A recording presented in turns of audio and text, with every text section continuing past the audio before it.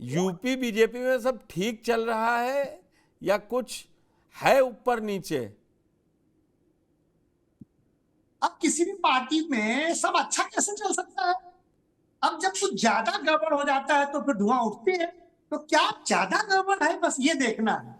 क्योंकि 4 जून के बाद चीजें उतनी स्मूथ तो भारतीय जनता पार्टी में भी नहीं चल रही। लेकिन इतना तो मैं कहूंगा, कितना भी गड़बड़ हो, मैं योगी आदित्यनाथ जी को भी 2027 तक मुख्यमंत्री के रूप में ही देख पा रहा हूँ। अभी भारतीय जनता पार्टी में मैं ये कहूँ कि उत्तर प्रदेश में योगी जी के कतलाए कोई नेता नहीं, उनको डिस्प्लेस करके केंद्रीय नेतृत्व योगी जी को मुख्यमंत्री पद से हटा दे और दूसरे को बैठा दे। अगर ये होना होता तो हो गया हो। ये जो योगी जी के खिलाफ थोड़ा सा असंतोष है, ये तो कहा ही जा सकता है। जिस तरह से डिप्टी सीएम के बयान आते हैं या जिस तरह से मिश्रा जी के बयान आए थे कि केंद्र हस्तक्षेप करे, बीजेपी के एक नेता थे, शायद गाजीपुर से था वो बयान कि केंद्र हस्तक्षेप करे, तो कहीं ना कहीं असंतोष तो है। लेकिन मुझे उम्मीद है कि भारतीय जनता पार्टी जैसा कहती कि वो काडर बेस्ड पार्टी है, अनुशासन युक्त पार्टी है, तो शायद वो स्वयं सिद्ध करेगी समय के साथ, और वही बहुत जल्द। क्योंकि भारतीय जनता पार्टी के पास इतना समय नहीं है कि वो डैमेज करते हुए उसको बहुत लंबे समय तक रोक पाए। उसे इन कयासों पर विराम देना ही होगा। ये संदेश कृत्यों से देना होगा कि उत्तर प्रदेश भारतीय जनता पार्टी में सब ठीक है और केंद्र के साथ, दिल्ली के साथ बेहतर समन्वय है। ये सिद्ध करना होगा, नहीं तो भारतीय जनता पार्टी को प्रतिपल प्रतिक्षण नुकसान हो रहा है वोटों का, और 2027 तक बड़ा नुकसान हो सकता है। तो मुझे उम्मीद है कि अगर ये बात मेरी समझ में आ रही है तो भारतीय जनता पार्टी की भी समझ में आई है। एक बात मुझे और समझा दीजिए, तब मैं दूसरे गेस्ट पास जाऊंगा। जिस तरीके से केशव मौर्य डिप्टी सीएम है, ब्रजेश पाठक डिप्टी सीएम है, केशव मौर्य अब तक किसी 4 जून के बाद, अगर मैं गलत होऊंगा तो सैयद कासिम जी, प्रेम जी या आप खुद या शहनवाज जी बताइएगा, उन्होंने किसी भी कैबिनेट मीटिंग में या योगी के साथ किसी बैठक में हिस्सा नहीं लिया है। अब जैसा आपने कैडर बेस्ड पार्टी की बात करी, उसमें ऐसा तो नहीं हो सकता। मंडलवार समीक्षा बैठक मुख्यमंत्री कर रहे हैं, उसमें भी नहीं है। और बड़ा अच्छा लगता है कि 21 जुलाई को जब पार्टी की बैठक होती है तो मुख्यमंत्री का दौरा आजमगढ़ और बनारस लगा होता है, तो वो वहां दोनों डिप्टी सीएम मौजूद होते हैं, भूपेंद्र चौधरी भी मौजूद होते हैं। तो ये जरा काडर बेस्ड पार्टी में, अच्छा मुरादाबाद मंडल में बैठक में भूपेंद्र चौधरी भी नहीं गए, और आज ब्रजेश पाठक लखनऊ मंडल की उन्होंने आखिरी दिन रखी थी, आज वहां वो नहीं गए। ये कुछ काडर बेस्ड पार्टी में जो कुछ ज्यादा ही मतलब अनुशासन के तहत काम दिख रहा लोगों को। देखिए पंकज जी, मैं फिर कह रहा हूं कि कहीं ना कहीं असंतोष तो है। पुष्कर पुष्कर पुष्कर हूं, पंकज नहीं, सॉरी पुष्कर जी, मैं कह रहा हूं कि कहीं ना कहीं असंतोष तो है, ये दिख रहा है। जिससे आपने सारी बातें बताई, क्या भारतीय जनता पार्टी के अंदर बाहर आप हम सब जानते नहीं, यही तो असंतोष है। जो 2017 में उनको मौर्य जी को मुख्यमंत्री बनना चाहिए था, वो बन गए योगी जी। तब से ये कहीं ना कहीं पर थोड़ा बहुत असंतोष लगातार चल रहा है, और ये हर पार्टी में चलता है।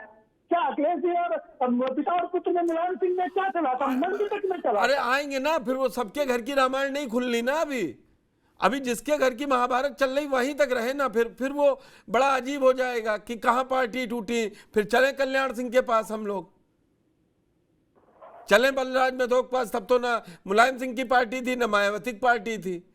तो हम लोग अपन को ये 4 जून के बाद वाली स्थिति पर बात, और आप खूब अखिलेश यादव की आप खूब मजम्मत कीजिए, मुझे कोई समस्या नहीं है, आप मायावती को खींचिए।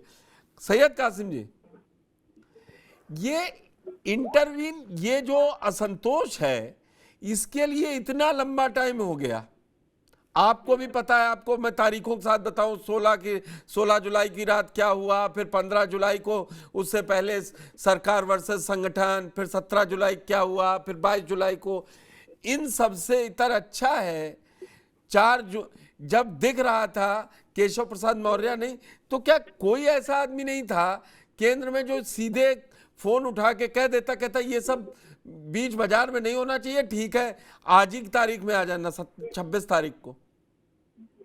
इतना तो अनुशासन हो ही सकता था कि बात बहुत बिगड़ गई। अब तो कहीं राहें अलग अलग वाला टाइप कुछ लोग कह रहे हैं। पुष्कर जी शुक्रिया, एक तो बहुत दिनों के बाद हाजिर हुआ हूँ और थोड़ा सा मैं कोशिश किया आपको जोड़ने की और जुड़ नहीं पा रहे थे आप, ये मैं ऑन एयर बोल रहा हूँ। हो सकता है थोड़ा वक्त ज्यादा लग जाए। देखिए ऐसा गालिब का एक शेर है कि बेरुखी बेसबब नहीं गालिब, कुछ तो है जिसकी पर्दादारी। तो इस बात से तो इनकार नहीं किया जा सकता है कि ये बेरुखी बेसबब नहीं है।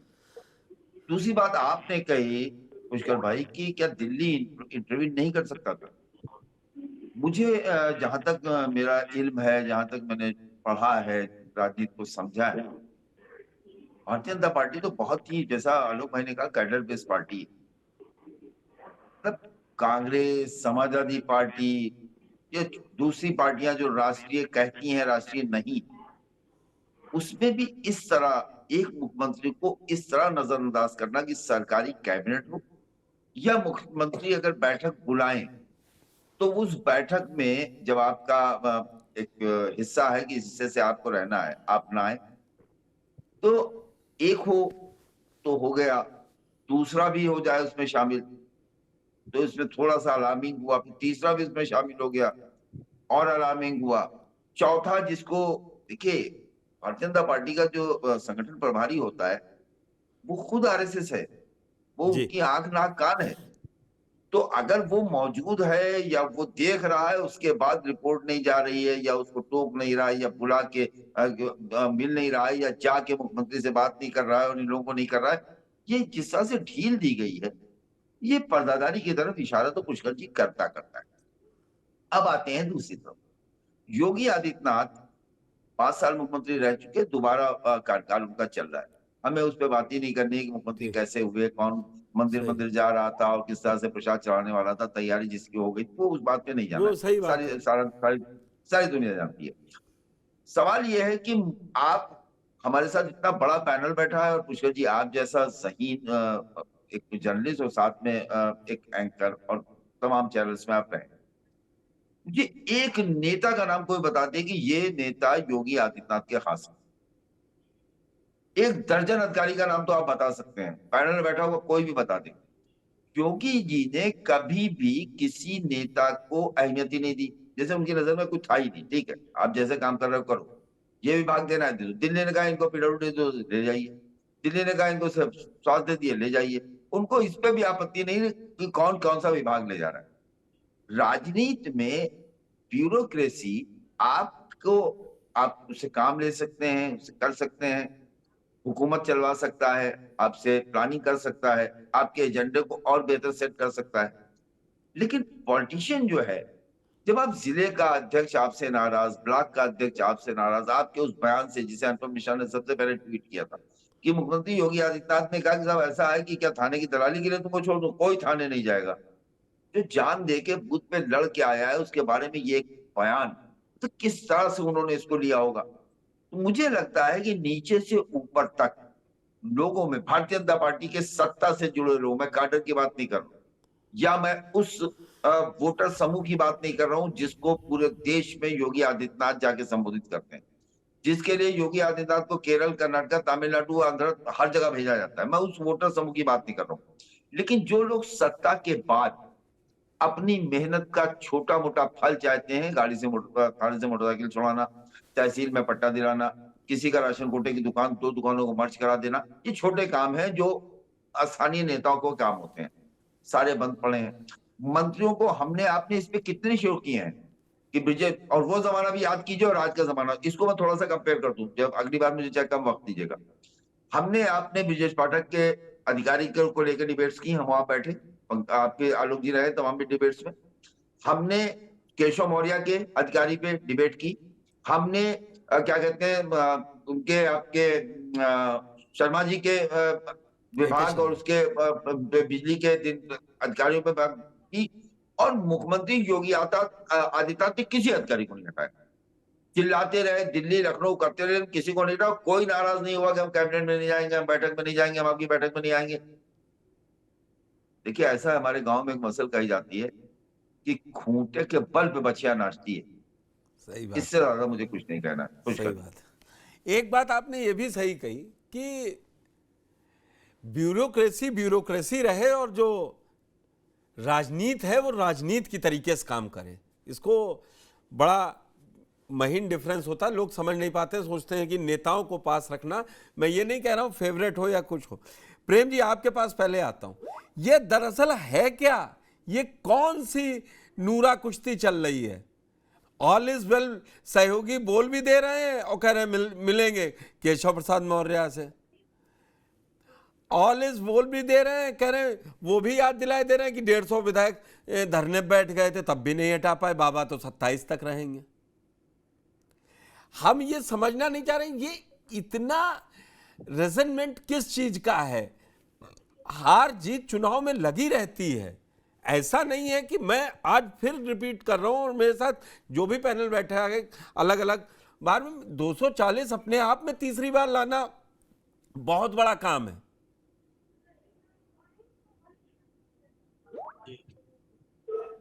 देखिए पुष्कर जी, जी, जो भी बातें अभी घट रही हैं और योगी आदित्यनाथ के प्रतिकूल कही जा रही कि वो कार्यकर्ताओं को वैल्यू नहीं दे रहे थे, कि मंत्री का रसूख नहीं रह गया था, कि ब्यूरोक्रेसी चला रही थी, ये सारी बातें आज पैदा हुई बातें नहीं, ये पहले से चल।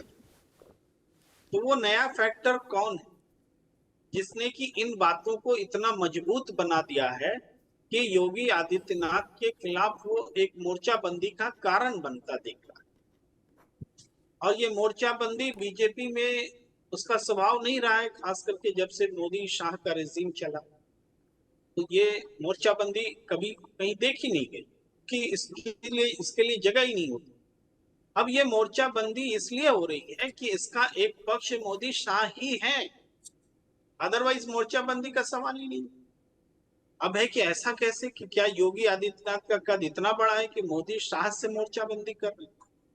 प्रत्यक्ष रूप में नहीं है, प्रत्यक्ष रूप में तो रोज योगी आदित्यनाथ जी मोदी जी की तारीफ ही करते हैं, है नहीं। लेकिन जैसा कासिम जी ने कहा ना कि खूंटे से बंधने के बाद ही कोई उछलता है, तो जितनी उछल कूद जो हो रही है वो खूंटा वही है, मोदी शाह का खूंटा है और जिसमें बंधे हुए लोग उछल कूद कर रहे हैं। अब इसको थोड़ा सा एनालाइज करना पड़ेगा कि ये क्यों हो रहा है, ऐसा क्यों? इन सब का कारण चुनाव जनादेश की व्याख्या है। जनादेश को बीजेपी कहीं भी इस तरीके से नहीं जाने देना चाहती कि श्री राम मंदिर होने के बावजूद हम हार गए, कि नरेंद्र मोदी की चमत्कारिक जो बात है उसके बावजूद हम हार गए, वो नहीं चला या वो फेल हो गया। वो वहां ले जाना चाहते हैं कि ये स्टेट में योगी आदित्यनाथ जी हैं, उनके वजह से हार गए, ब्यूरोक्रेसी नहीं सुन रही थी, पकड़ कमजोर हो गई थी और भी विपक्ष ने नेगेटिव कैंपेन कर दिया, ये सारी बातें जमा कर देना है और हार इसी कारण।